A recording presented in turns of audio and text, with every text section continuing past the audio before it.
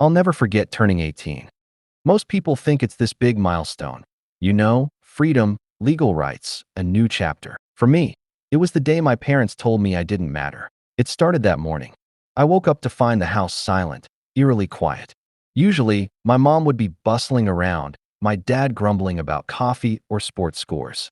But that day, nothing. Just my little brother laughing in his room like nothing was about to change, and the rest of the house holding its breath. When I walked into the kitchen, they were both there. My dad had his arms crossed. My mom didn't even look at me. There was a trash bag on the counter. My heart sank before I even touched it. "What's this?" I asked, trying to keep my voice steady. My mom finally looked at me, cold and clinical. "Your clothes. Pack them up. You're moving out." I laughed. I thought it was a joke. "Wait, what? You're joking, right? It's my birthday." My dad smirked like I'd said something funny. "Yeah, happy birthday. Also, FYI, your college fund? We gave it to your brother. You'll survive." I froze.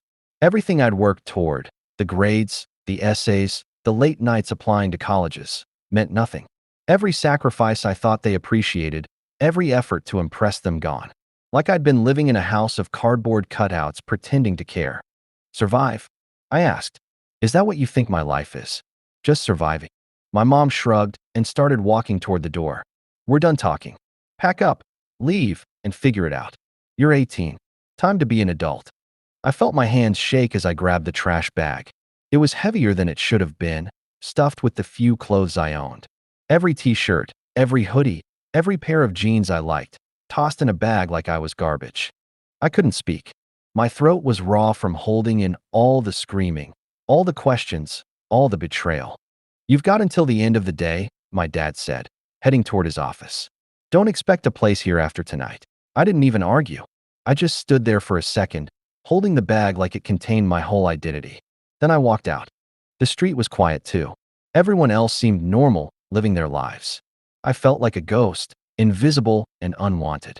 My little brother waved at me from the porch, oblivious to what had just happened. I didn't wave back. I didn't even look at him. I wandered to the nearest bus stop, bag dragging at my side, not sure where to go. I didn't have a plan. I didn't have money. I didn't have a family.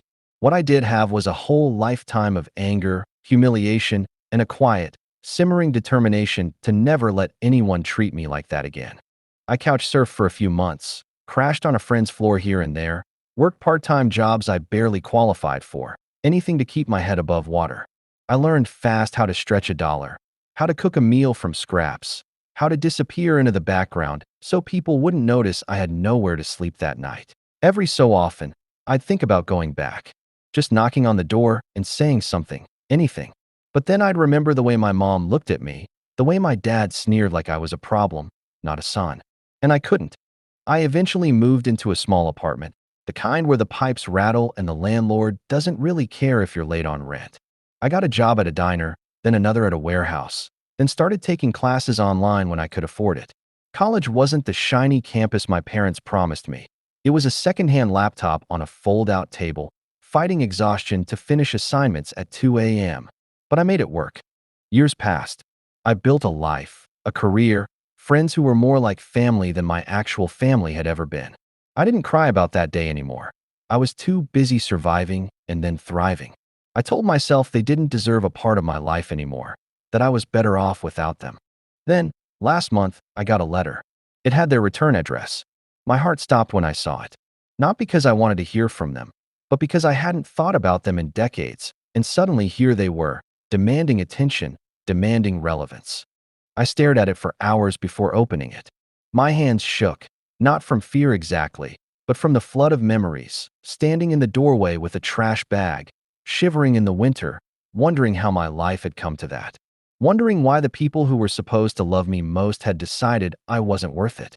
Inside was a letter, carefully folded, written in my mom's handwriting. It didn't start with sorry, didn't start with we messed up, didn't start with anything remotely comforting. It said they wanted to see me, to talk, to make things right. I laughed quietly, bitterly. Make things right, I muttered to myself. After 20 years of silence, after being thrown out like I was nothing, they think they can just write a letter and everything's okay? I didn't know what to do. Part of me wanted to shred it, burn it, pretend it never existed. Another part, The part that was still that 18-year-old kid, curious and angry and broken, wanted to see what they had to say. Wanted to see if they had the guts to look me in the eye after all this time. So I kept the letter on my kitchen counter, staring at it, unsure if I wanted to open that door again. Because 20 years ago, they shut me out. And now, decades later, they wanted back in. I didn't touch the letter for a week. Every time I walked past the counter, my eyes flicked to it like it was some ticking time bomb, daring me to open it. I couldn't decide if I was scared, angry, or a mix of both. After all, this was the same family who had changed the locks on my 18th birthday, handed me a trash bag, and told me I'd survive. The same people who decided my life was worth nothing compared to my little brother's.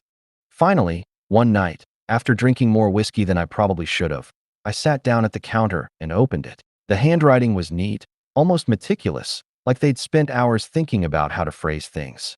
But it wasn't apologetic. Not really.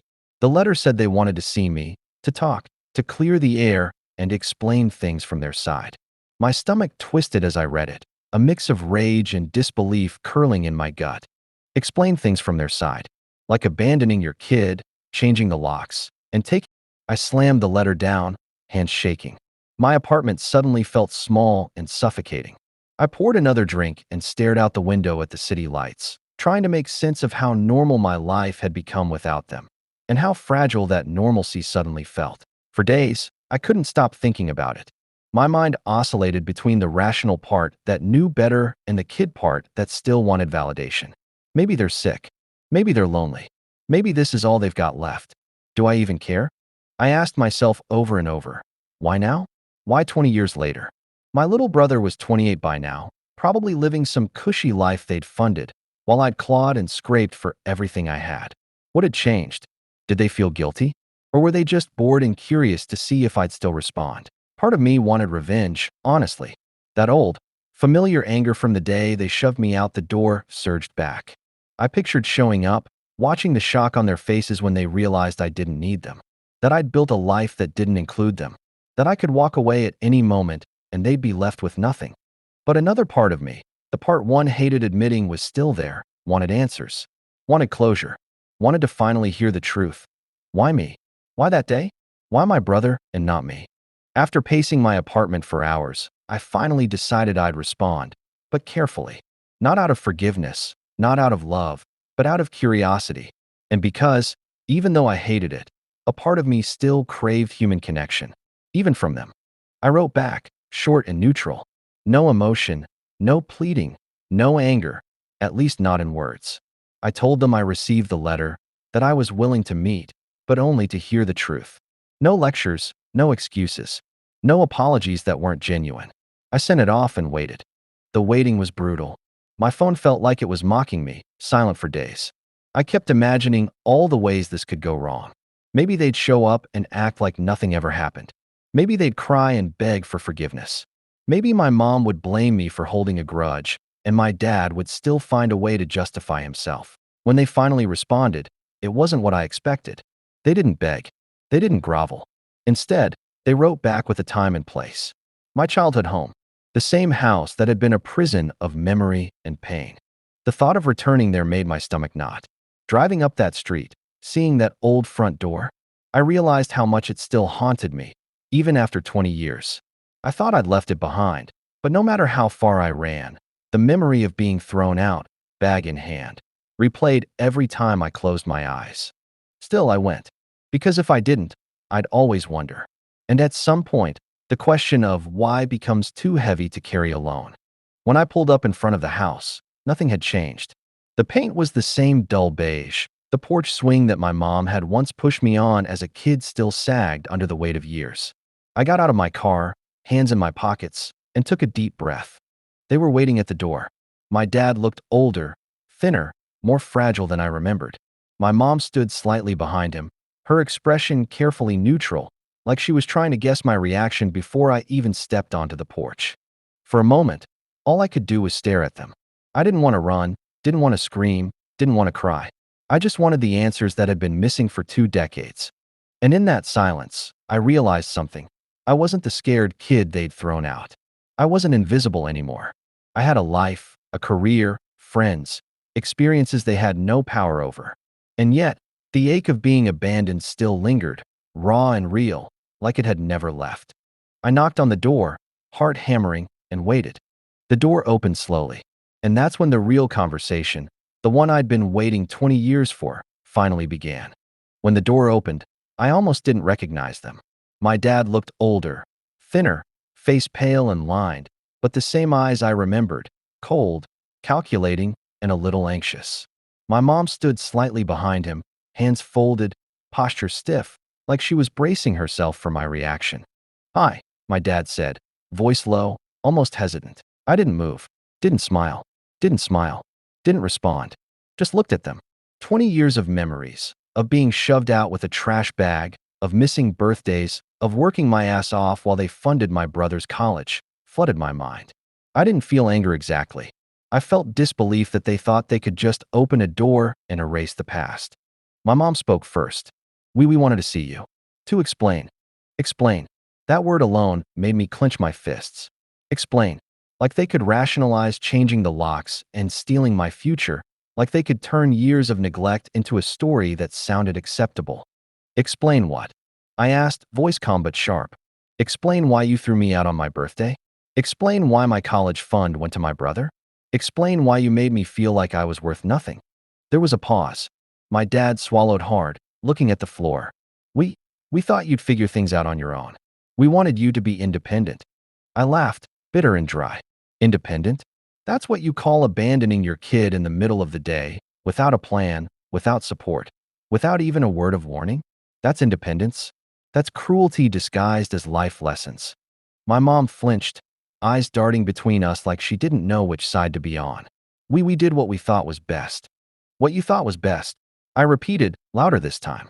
"You stole from me, humiliated me, left me scrambling for every damn thing I have today while my brother got everything handed to him.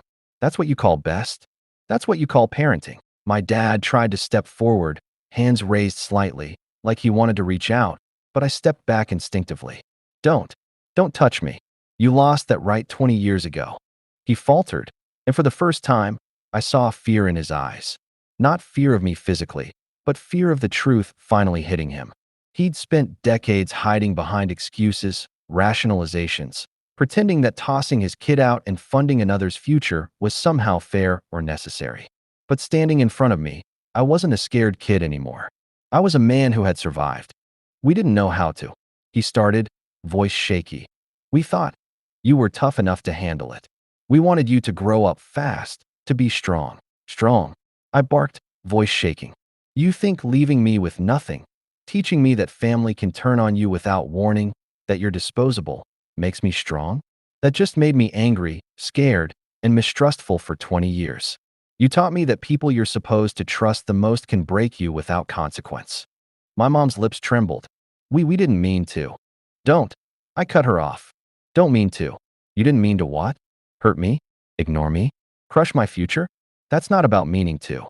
That's about choice. You chose to do this. Don't act like it was an accident or some parenting experiment gone wrong." For a few minutes, silence fell. Just the sound of my breathing and the faint hum of the street outside. My chest burned, my hands shook, but I stayed rooted.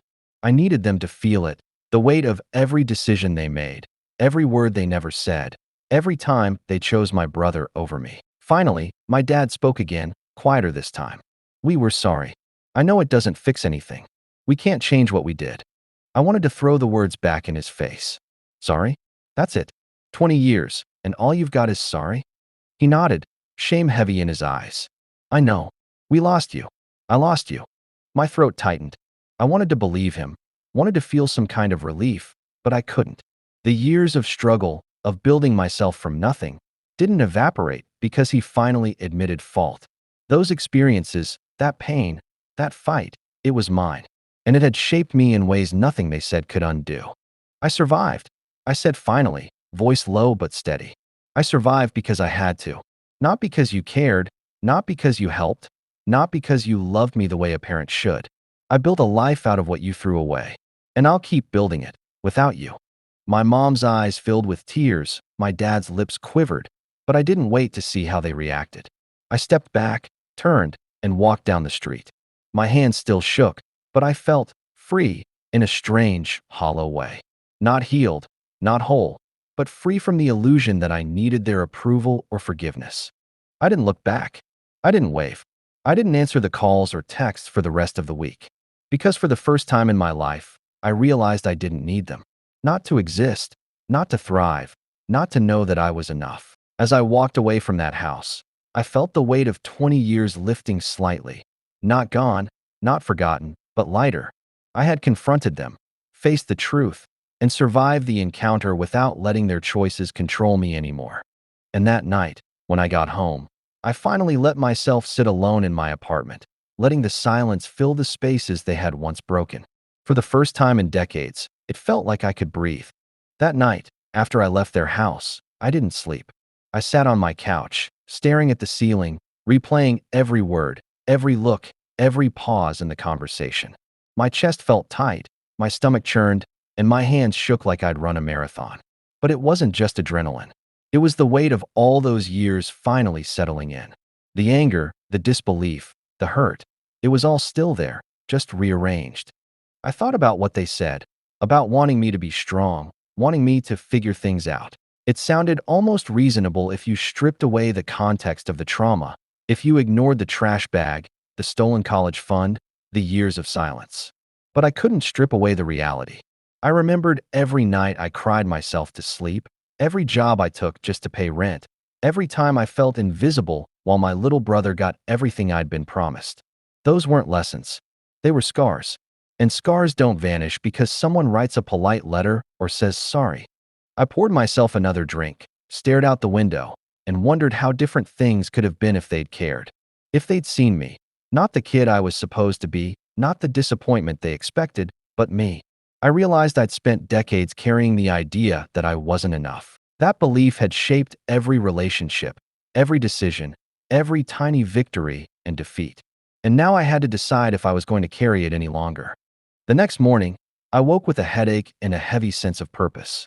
I realized that whatever I felt about them, anger, resentment, even a faint curiosity, was mine to process, not theirs. Their apologies, explanations, and regrets were theirs. My life was mine. I decided to write down everything I'd been feeling.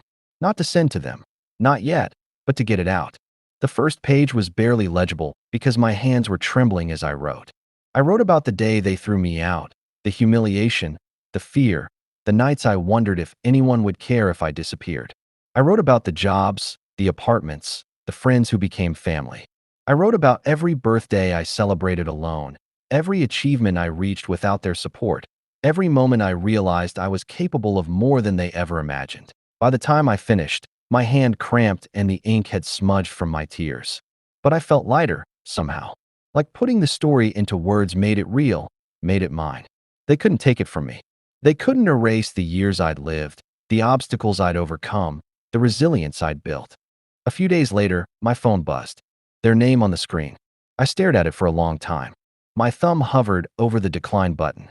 Part of me wanted to scream, "Leave me alone." Another part, the small, curious, still hurt part, wondered what they wanted now. I answered. It was my mom. Her voice was quieter, softer than I remembered. We want to see you again. Please. One last time." I didn't respond immediately. I could hear the hesitation in her voice, the weight of the years they'd lost. But I wasn't sure I wanted to give them another chance to hurt me, or to try and make me feel guilty for surviving without them. "I don't know," I said finally, voice low. I have a life now. I've built it without you. And that's exactly how I wanted it." There was a pause. We need to explain ourselves. Just one meeting. No expectations beyond that." I sighed. Part of me wanted to hang up. Part of me wanted to hear what they had to say. I realized then that wanting answers wasn't the same as needing them. I wanted them for closure, for understanding, for some measure of truth. Not because I wanted them back in my life. "Fine," I said. "One meeting." But I set the rules. I decide the time, the place, and I walk away if it turns into excuses. "Okay," my mom whispered. Relief in her voice, and maybe guilt, too. We set a date. The week leading up to it was brutal. My mind went over every possible scenario. Will they cry? Will they blame me? Will they try to guilt me into forgiving them? Every time I thought about it, my chest tightened, stomach churning. But I also felt a strange calm underneath the anxiety. I realized I wasn't afraid anymore. I wasn't the kid in the doorway with a trash bag. I was a man who had survived, thrived, and decided how much space they deserved in my life. When the day arrived, I dressed carefully, not to impress them, but to remind myself I was in control. I drove past familiar streets, memories flashing, late nights walking home alone, the empty house on holidays, the silence that used to scream in my ears. And yet, I felt steady. No rage, no panic, just readiness. I parked, took a deep breath, and walked toward the door. My heart was pounding, but it wasn't fear. It was anticipation, not knowing what they'd say, not knowing what I'd feel, but knowing I was walking into it on my own terms. I reached the porch, hand hovering over the doorknob. 20 years of anger, hurt, and resilience condensed into this moment. And then I turned the knob, stepped inside, and faced them, finally. The door opened slowly, and there they were. My dad leaned against the frame, shoulders slightly hunched, like the weight of 20 years pressed down on him. My mom stood behind him, arms crossed, face tense but softening when she saw me. I didn't move at first, didn't smile, didn't speak, just looked at them, letting the years of memory, the trash bag, the locked door, the stolen college fund, wash over me. I wasn't expecting tears, apologies, or any sudden emotional miracle. I just wanted answers, or at least acknowledgement.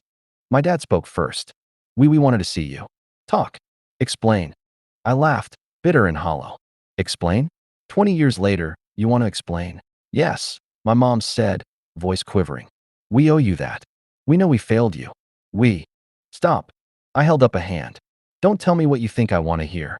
Don't tell me you know you failed me. You abandoned me. You changed the locks on my birthday. You gave my college fund to my brother. That's the truth. Not your words. Not your excuses. Not your feelings about it. They exchanged a glance, and I realized I had them unsettled. That little bit of control, the years I'd felt powerless, was mine now. My dad ran a hand over his face. I thought I was doing the right thing. I thought leaving you to fend for yourself would make you strong. Strong. I shouted, feeling my chest tighten. You think throwing me out, making me feel worthless, making me fight for every single thing in my life, that's strong? That's cruelty, disguised as parenting. You don't get to stand here and dress it up as a lesson in independence. My mom's eyes filled with tears. We didn't know how to do it differently. We thought. I cut her off sharply. Thoughts don't feed your kid. Thoughts don't pay rent when your kid has nowhere to live. Thoughts don't undo the humiliation of being tossed out with a trash bag on your 18th birthday. Choices do. You made choices, and those choices broke me. That's the truth you can't escape. I paused, chest heaving, trying to steady my voice. I realized the anger I'd carried for years wasn't about them anymore. It was about myself, the kid I'd been, the years I'd wasted hoping they'd notice me. I survived, I said finally, quieter now, more steady. Not because of you, not because of anything you gave me, not because you finally decided to reach out. I survived because I had to, because I refused to let you define my worth. And I've built a life without you. That's my truth. And it's not negotiable. My dad's face crumpled. My mom's lips trembled. For the first time, I saw them not as authority figures, not as parents, but as flawed human beings who had done irreparable damage. They looked small, fragile, human. My dad started, then stopped. I could see the words caught in his throat, like he didn't know how to reconcile the enormity of what he'd done with the presence of the adult I'd become. You don't get another chance to define me, I said. This isn't about forgiveness. This isn't about closure for you. This is about me finally telling the truth. And I'm done. I'm done hoping you'd see me. I'm done waiting for apologies. I'm done letting your choices control my life. My mom reached out slightly, voice breaking. We're sorry. Truly. We wish we could take it back. I shook my head. I don't need your apologies. I needed your presence. But you weren't capable of that then, and honestly, I don't know if you're capable of it now. I've lived, I've thrived, I've survived. That's the only thing that matters. They stood there, silent. For a moment, I almost felt pity. Almost felt a flicker of the kid who wanted a family, who wanted them to be better. But I swallowed it down. That part of me wasn't alive anymore. Not in the way they could touch. I turned toward the door. My hands no longer shook. My heart still ached, but it wasn't consuming me. I was finally walking away on my own terms. As I stepped onto the porch, my dad called softly, almost a whisper, "Take care of yourself." I didn't turn around. I didn't nod. I just walked down the steps and got into my car. My life, my achievements, my resilience, they were mine, not theirs. The past would always be a scar, but it wouldn't control me anymore. The drive home was quiet. The streets familiar, but for the first time in decades, they didn't feel oppressive. I realized that the anger, the betrayal, the years of feeling unseen, they weren't gone, but they were mine to carry on my own terms. And that was enough. That night, I sat on my balcony, watching the city lights flicker, letting the silence fill the space my family had once broken. For the first time in my life, I felt free. Not healed, not whole, but free. And I knew one thing for certain. I didn't need them to define me. I had already defined myself.